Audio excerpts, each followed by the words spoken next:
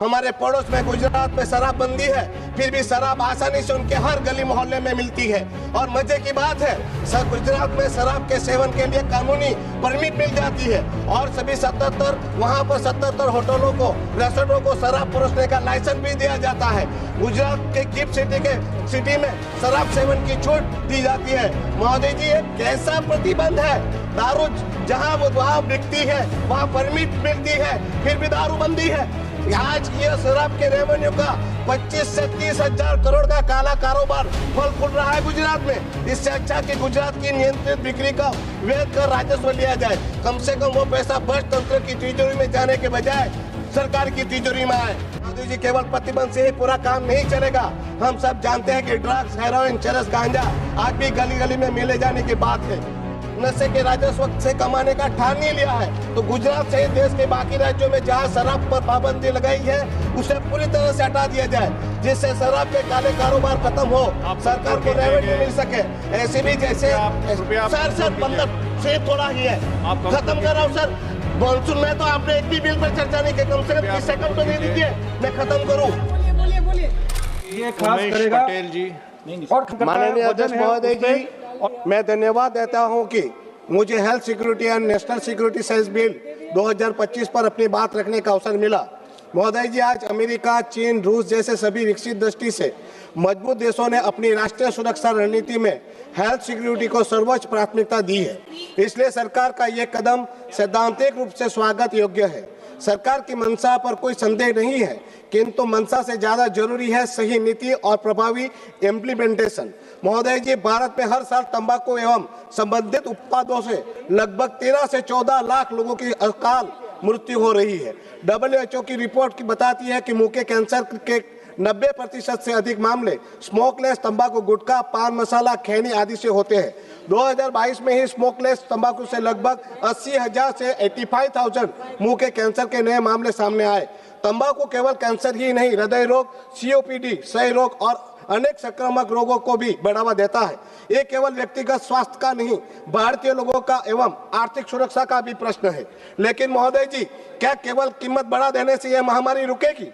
हम सब जानते हैं कि नशा शौक नहीं, लत है। लत लग गई तो आदमी पेट्रोल की गंध सूंघ लेता है, आयोडेक्स मल लेता है, कफ सिरप भी पी लेता है। जब दवा की दुकान पर कॉरेक्स खरीदने के लिए आधार कार्ड मांगा जाने लगा, तब भी लोग जुगाड़ कर लेते हैं। फिर गुटखा, पान मसाला पर सेस या GST बढ़ाने मात्रा से हम ये उम्मीद कैसे कर सकते हैं कि लोग इस सेवन करना छोड़ देंगे? महोदय जी, हमने देखा है कि नशे की तलब इंसान को इंसानियत से दूर कर देती है। अपने बच्चे की दूध की बोतल के पैसे, पत्नी के गहने, घर का राशन सब बिक जाता है।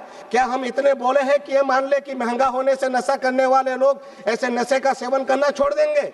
महोदय जी, सबसे बड़ा सवाल यह है, जन स्वास्थ्य को बचाने का एकमात्र रास्ता यही है हम जहर बेचने की इजाजत दें, इस पर टैक्स लगाकर राजस्व कमाएं और फिर उसी राजस्व से उसी जहर से हुई बीमारी का इलाज करें। यह स्वास्थ्य सुरक्षा होगी या स्वास्थ्य सुरक्षा के नाम पर कुल मजाक? महोदय जी, हमारी सरकार का सिद्धांत कभी भी राजस्व के लिए जीवन से समझौता करने वाला नहीं रहा। इसलिए मैं सरकार से विनम्र निवेदन करता हूं कि इस शेष बिल को वापस लिया जाए और इसके स्थान पर एक व्यापक, सख्त और वैज्ञानिक कॉम्प्रिहेंसिव तंबाकू एंड गुटखा कंट्रोल बिल लाया जाए, जिसमें निम्नलिखित प्रावधान अनिवार्य हो। सभी तंबाकू उत्पादों, स्मोकिंग एवं स्मोकलेस दोनों के कंपनियों के विज्ञापन, प्रयोजन एवं प्रचार पर पूर्ण प्रतिबंध लाया जाए, ताकि वे इलायची तथा अन्य पदार्थों के नाम पर अपने पान मसाला जैसे जहरीले पदार्थ न बेच सके। पैकेट के आगे पीछे दोनों तरफ 90% हिस्से पर ग्राफिक हेल्थ वार्निंग अनिवार्य हो। सभी शिक्षण संस्थाओं के 500 मीटर के दायरे में तंबाकू उत्पादों की बिक्री पर पूर्ण प्रतिबंध हो। 21 वर्ष से कम आयु के व्यक्तियों को तंबाकू बेचने पर कड़ी सजा एवं दुकान का लाइसेंस रद्द हो। तंबाकू कंपनियों पर सुपर प्रॉफिट टैक्स या विंडफॉल हेल्थ सेस लगाया जाए, न कि आम भोक्ताओं पर बोझ डाला जाए। राजस्व की जरूरत है तो अवैध तंबाकू कारोबार पर कड़ी कार्यवाही कर छिपे हुए हजारों करोड़ रुपए वसूले जाए। महोदय जी, केवल प्रतिबंध से ही पूरा काम नहीं चलेगा। हम सब जानते हैं कि ड्रग्स, हेरोइन, चरस, गांजा आज भी गली गली में मिले जाने की बात है। हमारे पड़ोस पड़ोस में गुजरात में शराबबंदी है, फिर भी शराब आसानी से उनके हर गली मोहल्ले में मिलती है। और मजे की बात है, गुजरात में शराब के सेवन के लिए कानूनी परमिट मिल जाती है और सभी 77 वहां पर 77 होटलों को, रेस्टोरेंटों को शराब परोसने का लाइसेंस भी दिया जाता है।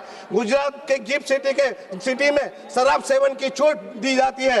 महोदय जी, एक कैसा प्रतिबंध है? दारू जहां वहां बिकती है, वहां परमिट मिलती है, फिर भी दारूबंदी है।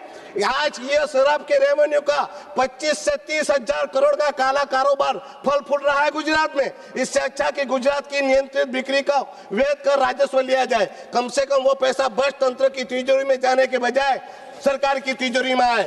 जब सरकार ने नशे के राजस्व से कमाने का ठान नहीं लिया है, तो गुजरात से देश के बाकी राज्यों में जहां शराब पर पाबंदी लगाई है, उसे पूरी तरह से हटा दिया जाए, जिससे शराब के काले कारोबार खत्म हो, सरकार को रेवेन्यू मिल सके। ऐसे भी जैसे सर 15 सिर्फ थोड़ा ही है, खत्म कर रहा हूं सर।